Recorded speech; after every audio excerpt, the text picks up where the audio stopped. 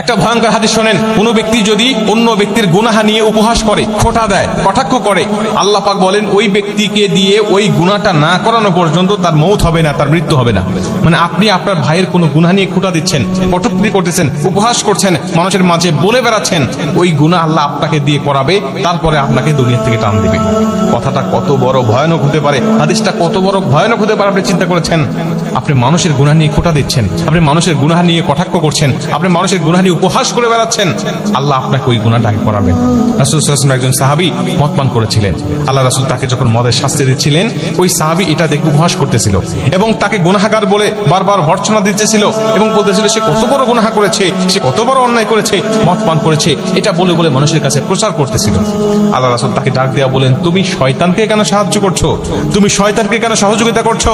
তুমি তাকে উপহাস না করে তুমি তার জন্য মাগফিরাত কামনা করো, তার জন্য দোয়া করো, আল্লাহ পাক যেন তাকে ক্ষমা করে দেয়। তুমি সেটা না করে তুমি মুসলিম হয়ে তোমার মুসলিম ভাইয়ের গুনাহ নিয়ে তুমি উপহাস করছো। প্রিয় ভাই, যখন কোনো ব্যক্তি অন্যের গুনাহ নিয়ে উপহাস করে, তখন নিজের মধ্যে অহংকার চলে আসে, নিজের মধ্যে আত্মহমিকা চলে আসে। আর অহংকার হলো আল্লাহ পাকের চাদর, এই চাদর ধরে যারা টান দেয়, আল্লাহ পাক তাদেরকে ছেড়ে দেয় না। অহংকার করবেন না। এবং উপহাস করা, মানুষের গুনাহ নিয়ে কটাক্ষ করা, এটা হলো কবিরা গুনাহ। যেই কবিরা গুনাহ আপনার যদি একটা থাকে আমল নামায়, ওই একটা কবিরা গুনাহ আপনাকে জাহান্নামে নিয়ে যাওয়ার জন্য যথেষ্ট হবে। আপনি এই কবিরা গুনাহগুলো হর হামেশা করে যাচ্ছেন এবং আপনি যখন কাউকে নিয়ে কটূক্তি করবেন, কটাক্ষ করবেন, হয়তোবা দুনিয়ার মানুষ আপনার কথাগুলো শুনে হাসবে, কিন্তু আল্লাহ পাক সবচেয়ে বেশি আপনার উপর নারাজ হয়ে যাবে। আপনি চিন্তাও করতে পারবেন না। আপনি মানুষের মাঝে বলতেছেন, মানুষ আপনার কথা শুনে হাসতেছে, মানুষ আপনার কথা শুনে আপনাকে বাহবা দিচ্ছে যে আপনি এত কিছু জানেন, কিন্তু আল্লাহ পাক আপনার উপরে এতটাই রাগান্বিত হচ্ছে, যেই রাগান্বিত হওয়ার কারণে আপনার জন্য কিন্তু জাহান্নাম ওয়াজিব হয়ে যেতে পারে।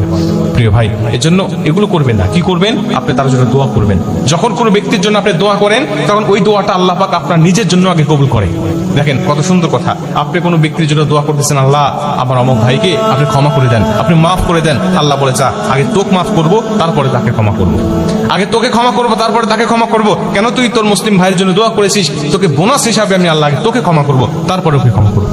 আপনি আপনার ভাইয়ের জন্য দোয়া করছেন, আল্লাহ আমার অমুক ভাইকে রিজিক নাই, তাকে একটু রিজিকের ব্যবস্থা করে দাও, ইনকাম সোর্স দিয়ে দাও, আল্লাহ রিজিকের মধ্যে বরকত দিয়ে দাও। আল্লাহ বলে, তোর ভাইয়ের জন্য তুই দোয়া করেছিস, আমি আল্লাহ আগে তোর রিজিকটাকে বৃদ্ধি করবো, রিজিকের মধ্যে বরকত দিব, তারপরে তোর ভাইয়ের জন্য দোয়াটা কবুল করবো। প্রিয় ভাই, ইসলামটা কত সুন্দর দেখেন। আপনি যদি আপনার ভাইয়ের জন্য সবসময় কল্যাণকামী হন, তাহলে আল্লাহ আপনার উপর সন্তুষ্ট হবে, আল্লাহ আপনাকে সুখময় এবং শান্তিময় জীবন দান করবে।